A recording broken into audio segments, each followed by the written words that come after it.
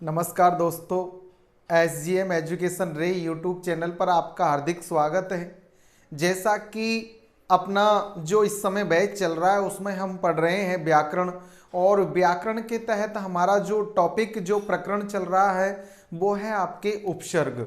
हमारा इस समय जो भी टॉपिक चल रहा है वो सभी सेकंड ग्रेड, फर्स्ट ग्रेड या रीट मेंस को टारगेट में लेके चल रहे हैं, और हम उन्हीं टॉपिकों पर अधिक डिस्कस कर रहे हैं जिनसे अधिक प्रश्न पूछे जाते हैं। और हम अब व्याकरण पढ़ रहे हैं।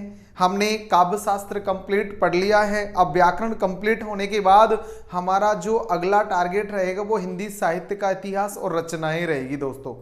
तो आइए आज हमारा जो मुख्य टॉपिक देखते हैं। हर भर्ती परीक्षा में 2 से 3 प्रश्न इस टॉपिक, इस प्रकरण के तहत पूछे जाते हैं। तो अपना आज का जो टॉपिक है व्याकरण का वो है दोस्तों उपसर्ग। जैसा कि हम सब जानते हैं और लगभग जो हिंदी भाषा भाषी व्यक्ति है वो हर कोई जानता है कि उपसर्ग किसी भी शब्द या धातु के पूर्व में जुड़कर अर्थ बदलते हैं, जबकि प्रत्यय किसी भी शब्द या धातु के अंत में जुड़कर उसके अर्थ को परिवर्तित करते हैं। तो उपसर्ग शब्द है वो कितने शब्दों से मिलकर बना है, उपसर्ग कितने हैं और इसको लेकर विद्वानों के क्या मत हैं। तो आइए दोस्तों, आज की हमारी ये कक्षा है, ये उपसर्ग जो अपना टॉपिक है उसी से संबंधित है। तो देखिए, सबसे पहले हम देखते हैं उपसर्ग। जैसा कि हमें यहां नाम से ही पता चल रहा, उपसर्ग 2 शब्दों से मिलकर बना है। एक आपके उप है, दूसरा है आपके सर्ग। उपसर्ग, उप प्लस सर्ग 2 शब्दों से मिलकर बना है। उप का अर्थ क्या है, सर्ग का क्या है, आदि को हम डिटेल से देखते हैं। देखिए, उपसर्ग शब्द की रचना उप और सर्ग से मिलकर हुई है। ये 2 शब्दों से मिलकर हुई है, उप और सर्ग। उप का अर्थ है पास या समीप, तथा सर्ग का अर्थ होता है सृष्टि करना, रचना करना या सर्जना करना।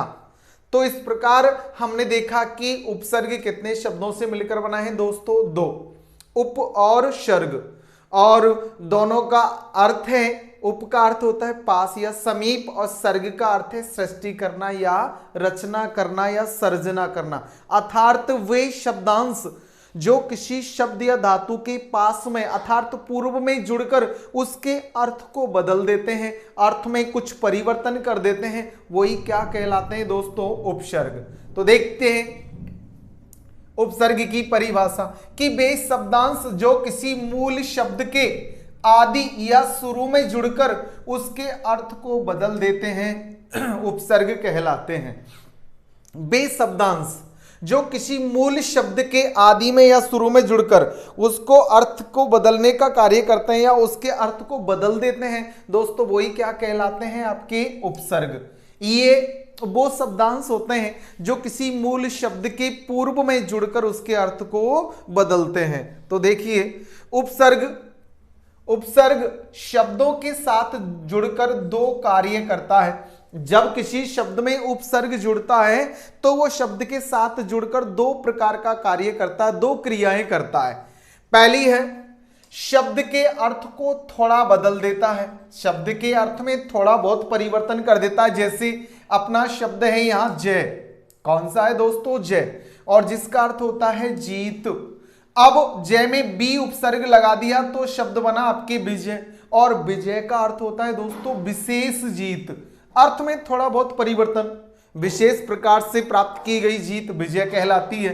इसी क्रम में दूसरी क्रिया ये करता है, शब्द के अर्थ को पूरी तरह बदल देता है। जिस भी शब्द या शब्दांश के पूर्व में उपसर्ग जुड़ता है दोस्तों वो उसके अर्थ को पूरी तरह बदलता है। जैसे आपके शब्द है हार, अब हार का अर्थ होता है माला या गले में पहने जाने वाली कोई भी माला आदि हार कहलाती है। लेकिन इसी में सम उपसर्ग लगा दिया तो बना आपके संहार, और संहार का अर्थ हुआ दोस्तों मारना। तो इस प्रकार हमने देखा कि उपसर्ग है वो किसी भी मूल शब्द के पूर्व में या शुरू में जुड़कर उसके साथ 2 प्रकार की क्रियाएं करता है, या तो उसके अर्थ को थोड़ा बहुत परिवर्तित कर देता है या उसके अर्थ को पूरी तरह बदल देता है। तो ये उपसर्ग कार्य करता है। इसी क्रम में ये उपसर्ग मूल शब्दों से स्वतंत्र, ये उपसर्ग मूल शब्दों से स्वतंत्र रूप से भी जुड़ते हैं।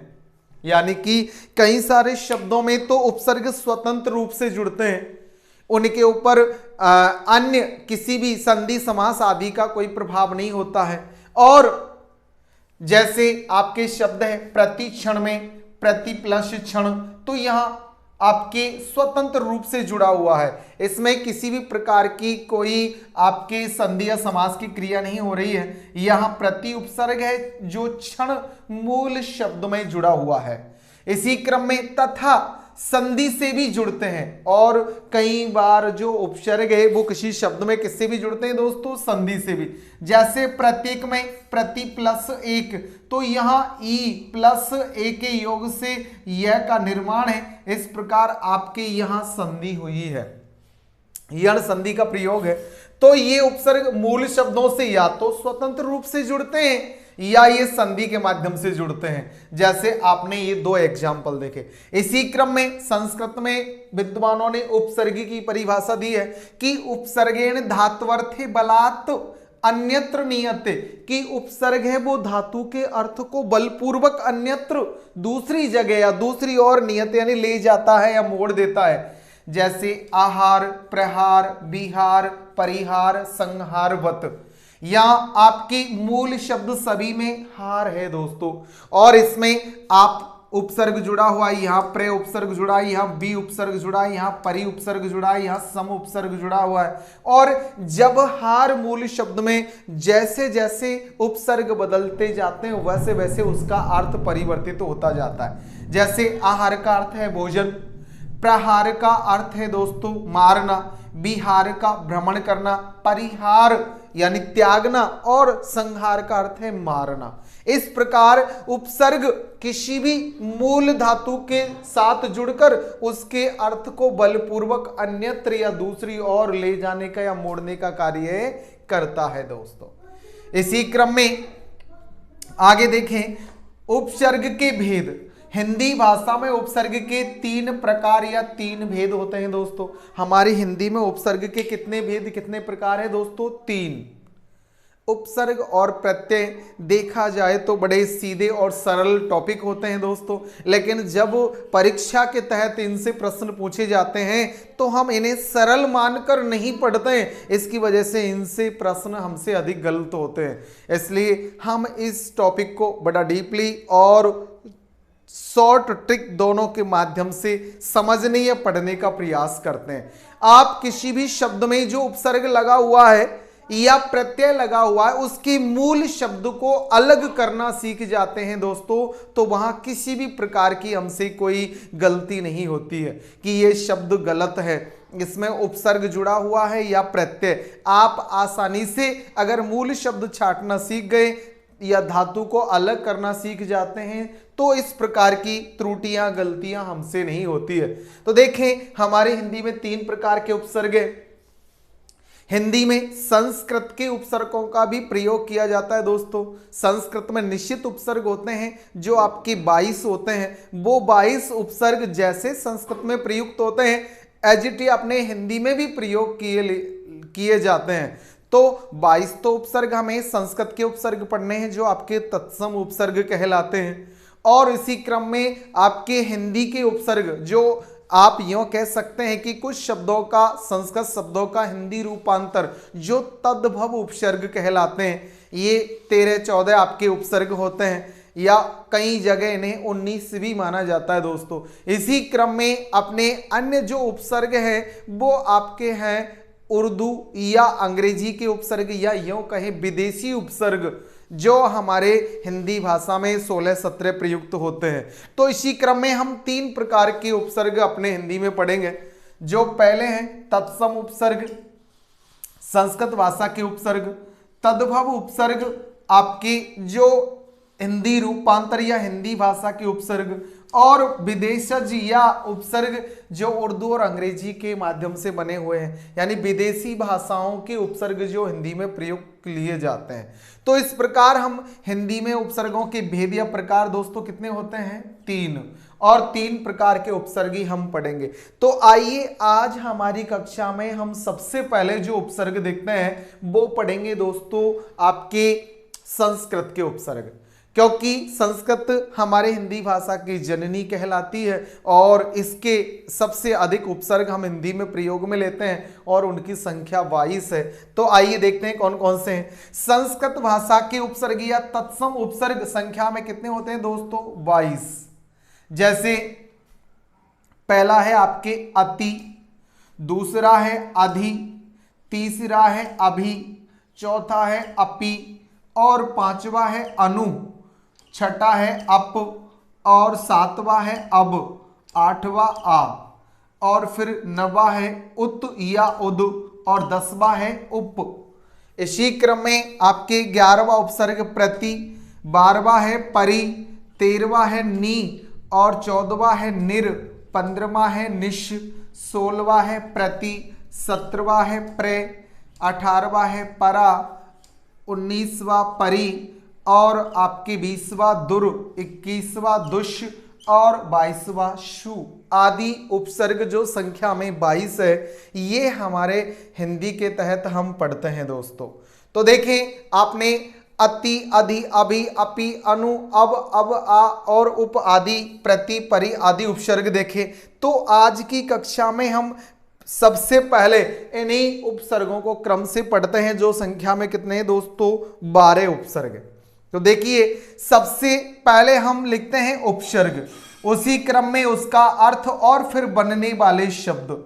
तो सबसे पहले तो उपसर्ग, फिर उसका अर्थ, क्योंकि उपसर्गों का अर्थ भी स्वतंत्र रूप से होता है, लेकिन ये स्वतंत्र रूप से प्रयुक्त नहीं होते हैं, किसी शब्द या धातु के पूर्व में ही जुड़ते हैं। और बनने वाले शब्द, जैसे पहला उपसर्ग है अति उपसर्ग दोस्तों।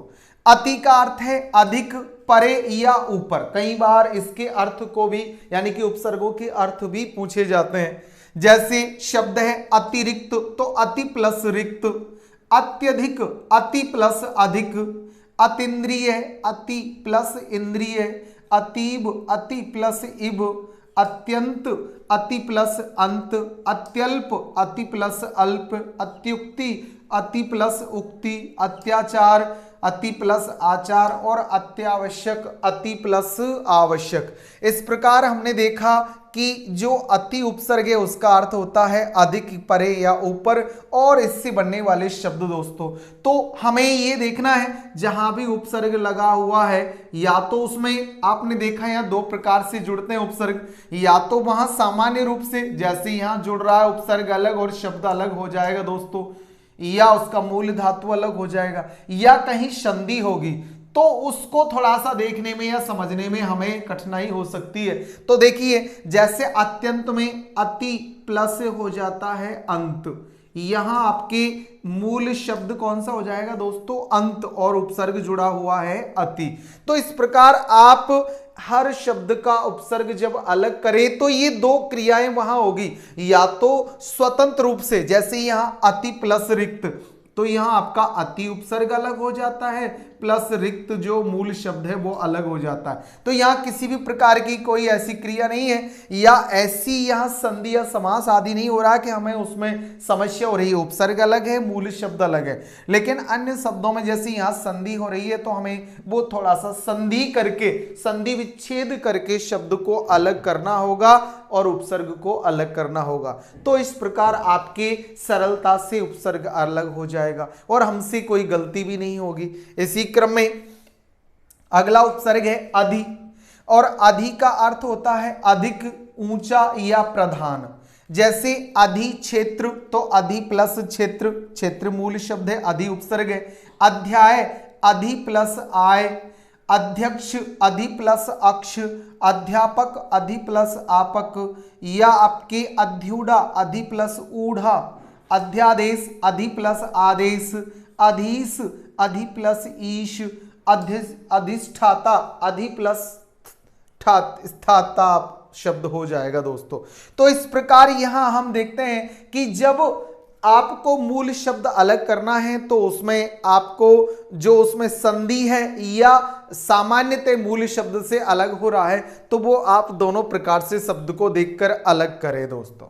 इसी क्रम में तीसरा उपसर्ग है अभी। अभी का अर्थ होता है सामने, पास या विशेष।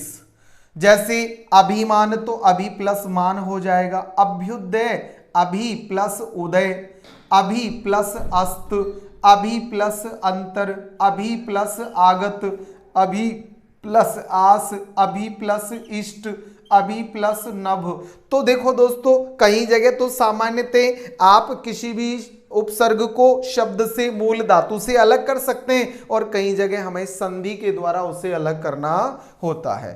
इसी क्रम में चौथा उपसर्ग है अपि। अपि का अर्थ है भी। जैसे अपितु अपि प्लस तु, अपिहित अपि प्लस हित, अपिबद्ध अपि प्लस बद्ध, अपिव्रत अपिव्रत, अपिधान। इस प्रकार दोस्तों यहाँ सामान्यतः आप मूल शब्द और उपसर्ग को अलग कर सकते हैं। ऐसे ही पांचवा उपसर्ग अनु। अनु का अर्थ है पीछे या समान या अनुकरण। जैसे अनु प्लस करण, अनु प्लस क्रम, अनु प्लस ऐषण, अनु प्लस ईक्षा, अनु प्लस उदित, अनु प्लस स्थान। तो इस प्रकार आप देखते हैं दोस्तों कि जहां आपको शब्द को उपसर्ग से अलग करना है वहां दो क्रियाएं होगी, या तो सामान्यतः उपसर्ग और मूल शब्द अलग हो जाएंगे या वहां संधि करके आपको अलग करना है। इसी क्रम में अप, बुरा, विपरीत या निषेध। अप का अर्थ है बुरा, विपरीत या निषेध। जैसे अपगति, अपअंग, अपमान, अपकीर्ति, अप इच्छा, अपवाद, अपहरण आदि शब्द है दोस्तों। यहां अप बुरा, विपरीत या निषेध के अर्थ में होता है और यहां आप संधि द्वारा या सामान्य शब्द को अलग करके उपसर्ग देख सकते हैं। इसी क्रम में सातवां उपसर्ग है अपना अब। अब का अर्थ है नीचा, बुरा या हीन। जैसे अब प्लस कास, अब प्लस गुण, अब प्लस अंतर, अब प्लस अब प्लस आपत्ति, अब प्लस नति, अब प्लस आज्ञा, अब प्लस ज्ञा, अब प्लस अवांतर। तो अवांतर अब प्लस अंतर हो जाएगा दोस्तों। तो इस प्रकार आप या तो संधि करके उपसर्ग और मूल शब्द को अलग करें या सामान्यतः शब्द को अलग करते ही उपसर्ग अलग हो जाएगा, या आप किसी भी शब्द में पहले देखें कि उसका उपसर्ग सामान्यतः अलग हो रहा है या उपसर्ग को अलग करने के लिए हमें संधि करनी पड़ रही है। उस प्रकार आप किसी भी शब्द से उपसर्ग को अलग कर सकते हैं। अगला आठवां उपसर्ग है आ। आ का अर्थ है तक या से या अपनी ओर। आकर्षण आ प्लस कर्षण, आदान आ प्लस दान, आ प्लस भूषण, आ प्लस हार, आ प्लस मरण, आ प्लस ख्यान, आ प्लस आचरण। तो इस प्रकार दोस्तों यहां हम अलग करके उपसर्ग को देख सकते हैं। सामान्यतः अलग हो रहा है तो ठीक है, वरना वहां क्या हो जाएगी दोस्तों संधि। नवा उपसर्ग है उत या उद। इसका अर्थ है ऊपर। जैसे उल्लेख उत प्लस लेख, उज्ज्वल उत प्लस ज्वल, उदय उत प्लस दय, उत प्लस अय, उद्धार उत प्लस हार, उत प्लस नति, उत प्लस शिष्ट, उत प्लस श्वसन, उत प्लस तम, उत प्लस थान, उत प्लस गम। तो देखिए यहां हमें हिंदी में उत ही करना है, जबकि संस्कृत में आपके क्या हो जाएगा दोस्तों, सभी में उद। उद प्लस लेख, उद प्लस ज्वल, उद प्लस अय, उद प्लस हार, उद प्लस नति। इस प्रकार यहां आपके संस्कृत में उद के साथ सभी संधि होगी दोस्तों। इसी क्रम में अगला उपसर्ग है आपके उप। उप का अर्थ है समीप, पास या सहायक। समीप छोटा या सहायक। जैसे उप प्लस योग, उप प्लस वन, उप प्लस हार, उप प्लस मंत्री, उप प्लस चार, उप प्लस अधि उपाधि, उप प्लस अधि, उप प्लस न्यास आदि शब्द हो जाएंगे दोस्तों। इसी क्रम में 11वां उपसर्ग है प्रति। प्रति का अर्थ है प्रत्येक, विपरीत या सामने। प्रति प्लस फल, प्रति प्लस क्रिया, प्रति प्लस लिपि, प्रति प्लस इच्छा, प्रति प्लस आशा, प्रति प्लस एक, प्रति प्लस इति या प्रति प्लस आज्ञा। इज्ञ, प्रतिज्ञा, प्रति प्लस ज्ञा, प्रति प्लस ज्ञा दोस्तों। तो देखिए जहां हमें किसी भी शब्द से उपसर्ग अलग करना तो सामान्यतः हम उपसर्गों को पहले अलग करने का प्रयास करें। अगर वो सरलता से हो रहा है और मूल शब्द अलग हो रहा है तो ये क्रिया एक उपसर्ग की होती है। दूसरी है हमें उसे संधि विच्छेद करके अलग करना होगा। इसी क्रम में 12वां उपसर्ग परि, और परि का अर्थ है पास, चारों ओर या तरह। जैसे परि प्लस जन, परि प्लस वाद, परि प्लस धी, परि प्लस वेश, परि प्लस छक, परीक्षक, परिप्लक्षक, परि प्लस ईक्षक, परि प्लस धान, परि प्लस आप्त, परि प्लस उषण, परि प्लस आवरण, परि प्लस आय। तो दोस्तों यहां हम देखते हैं कि जब किसी भी शब्द को उपसर्ग से अलग करते हैं या शब्द से उपसर्ग अलग करते हैं तो या तो साधारणतः सामान्यतः उपसर्ग अलग हो जाएगा, मूल शब्द अलग, और नहीं हो रहा है तो आप उसकी संधि विच्छेद करके मूल शब्द से उपसर्ग को अलग करें तो आसानी से उपसर्ग हो जाएगा दोस्तों, इस मूल शब्द से अलग। अधिकतर इसी तरह पूछा जाता है कि इस शब्द में कौन सा उपसर्ग है, या इसमें कौन सा उपसर्ग होगा, या इसमें कौन सा मूल शब्द होगा। तो आपने आज की कक्षा में दोस्तों उपसर्ग की परिभाषाएं, उपसर्ग को लेकर विचार, उपसर्ग की कुछ ट्रिक जो हम समझ सकते हैं कि उपसर्ग किस प्रकार है, या तो स्वतंत्र रूप से जुड़ा होगा या संधि से जुड़ा होगा। तो आप या तो संधि करके अलग करें, जैसे यहां सामान्यतः अलग है तो यहां उपसर्ग और मूल शब्द अलग अलग हो जाएंगे, और अगर संधि होगी तो इस क्रम में आपके संधि विच्छेद करके मूल शब्द और उपसर्ग को अलग कर सकते हैं।